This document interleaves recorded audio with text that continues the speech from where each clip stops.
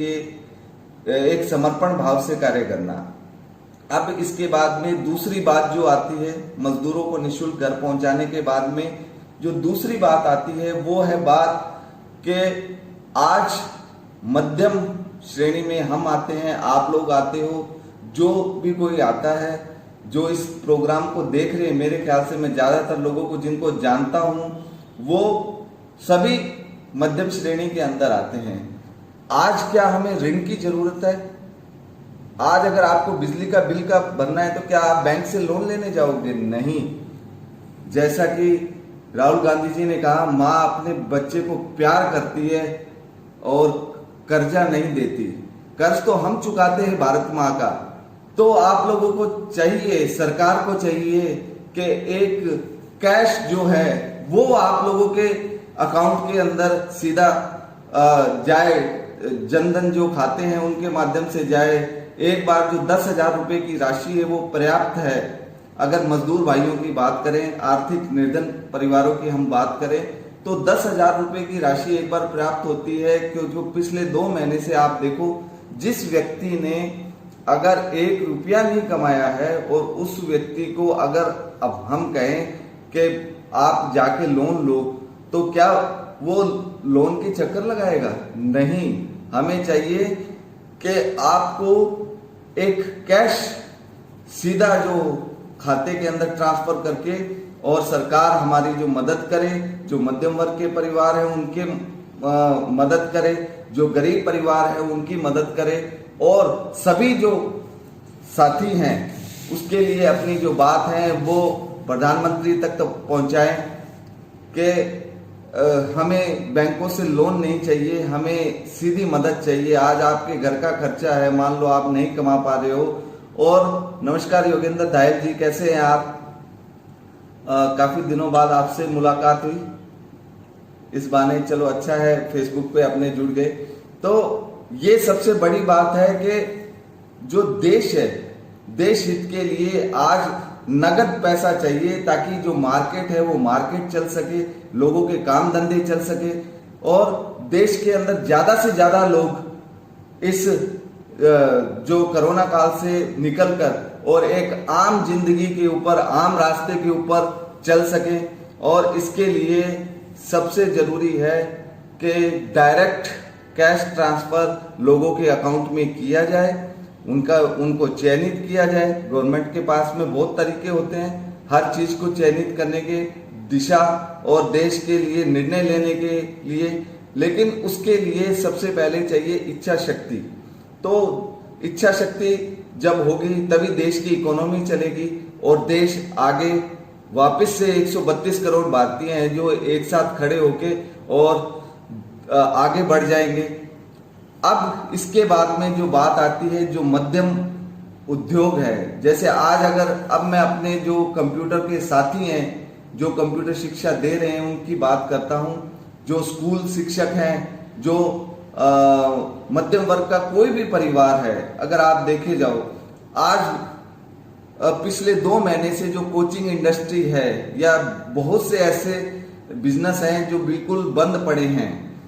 इसी क्रम में मैं आपको बताना चाहूंगा, मैं अपने विषय के अंदर आपको बता सकता हूं, हमारे जो अप्रैल से मई के बीच में, जून के बीच में जो एडमिशन हुआ करते थे, 1 लाख एडमिशन प्रत्येक महीने में हुआ करते थे नॉर्मल जो सीजन था उसके अंदर। लेकिन आज वो संख्या है काफी घट के आ चुकी है पूरे राजस्थान में।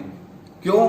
क्योंकि लॉकडाउन के कारण और इस भय के वातावरण के कारण स्टूडेंट, एक होता है परिवार के अंदर कि वो सबसे पहली जो उसकी जरूरत होती है वो रोटी कपड़ा और मकान की होती है, और उसके बाद में ये शिक्षा और ये सब चीजें जो है वो सेकेंडरी उनके लिए होती है।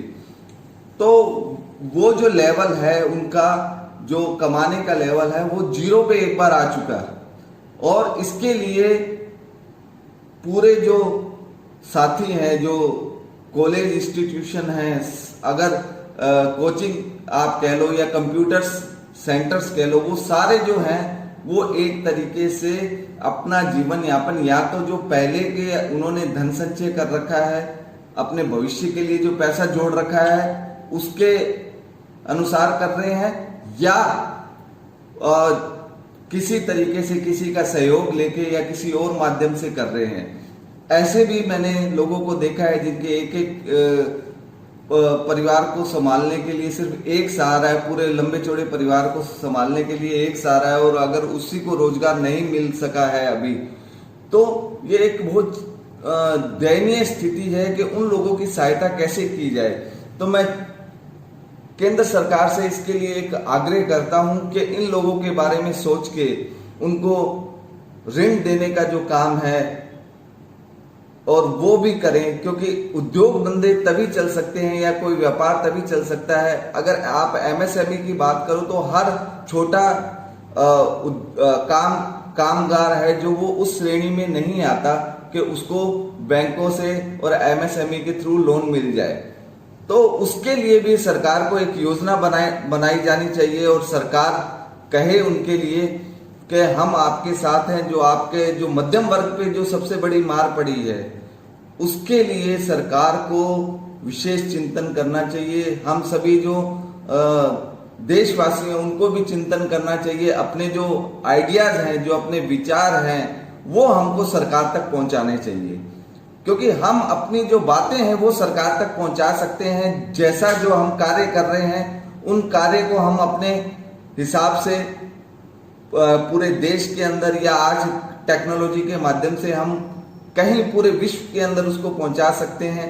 प्रत्येक देश अपने अपने लोगों को बचाने के लिए, अपने देश की अर्थव्यवस्था को पटरी पे लाने के लिए अपना बेहतरीन प्रयास कर रहा है। और मुझे गर्व है अपने भारत देश के ऊपर कि मैं इस देश के अंदर पैदा हुआ हूं, और प्रत्येक भारतीय को गर्व होना चाहिए कि हम इस देश के अंदर पैदा हुए हैं।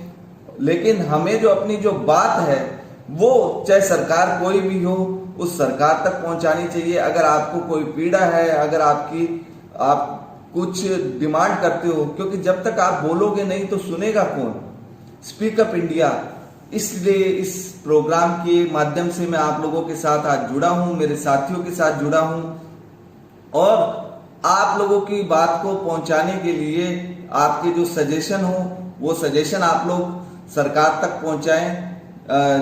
जिन तक भी आप पहुंचाना चाहते हैं अपने साथियों तक पहुंचाएं, और जो भी आपके मन में विचार हो वो पता लगने चाहिए, क्योंकि जो कई बात छप जाती है और कई बात छिप जाती है वही बात है। तो आप लोगों में से हो सकता है किसी का कोई आइडिया है वो छप जाए, और हो सकता है मेरे जैसे किसी साथी का आइडिया छिप जाए।